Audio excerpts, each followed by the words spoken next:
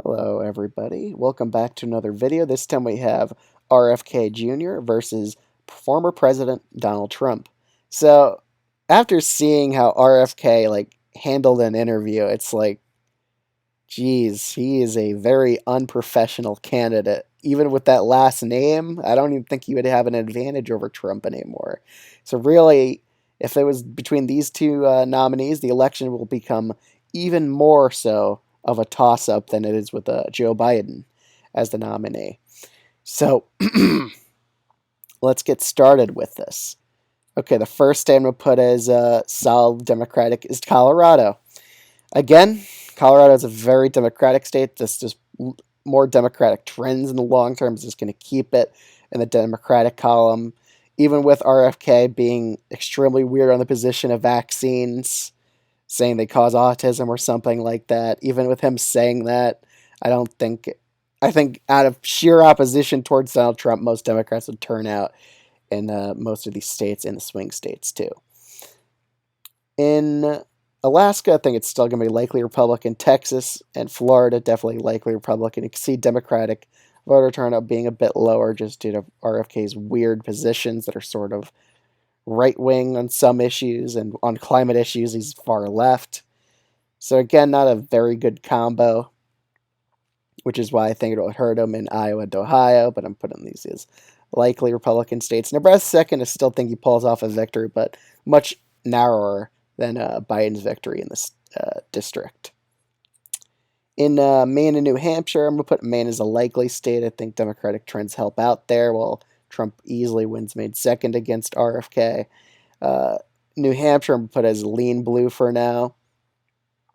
In the western states, New Mexico, I still think he would win it by like 6 points against Donald Trump. Trump's pretty unpopular in New Mexico.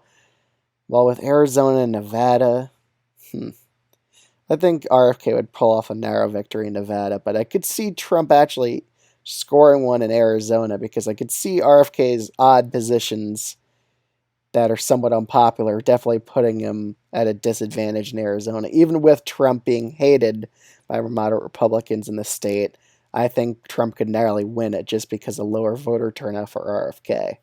Again, against more left wing Democrats, I would say. He would definitely struggle among them. North Carolina and Georgia. I'm going to put North Carolina as lean Republican, while Georgia, again, Democratic trends will definitely keep the state competitive, but RFK is not the strong candidate anymore. So, Virginia, it'd probably still stay likely Democratic. Actually, I could see it going down to a 4-point win for him. Even with the trends here in the state, I could see him alienating a lot of moderate voters with that just weird positions on the issues. In the Rust Belt, I see him only winning Minnesota by like 3 or 4. Wisconsin and Pennsylvania would probably go towards Trump, honestly, even with a Kennedy last name. But he'll still pull off a victory in Michigan just because of that trifecta there in the state. But overall, I think RFK actually loses to Donald Trump now. Just watching him just talk in an interview, he really seems like he's not that strong of a candidate at all. He seems very unprofessional as a candidate, too, so I could definitely see that hurting him. And I just don't think voter turnout will be there to support RFK Jr. He has like a weird positions on the vaccines. I really think that's going to hurt him. But overall, that's my prediction if it's RFK versus Trump. I'll let you see you guys in the next video.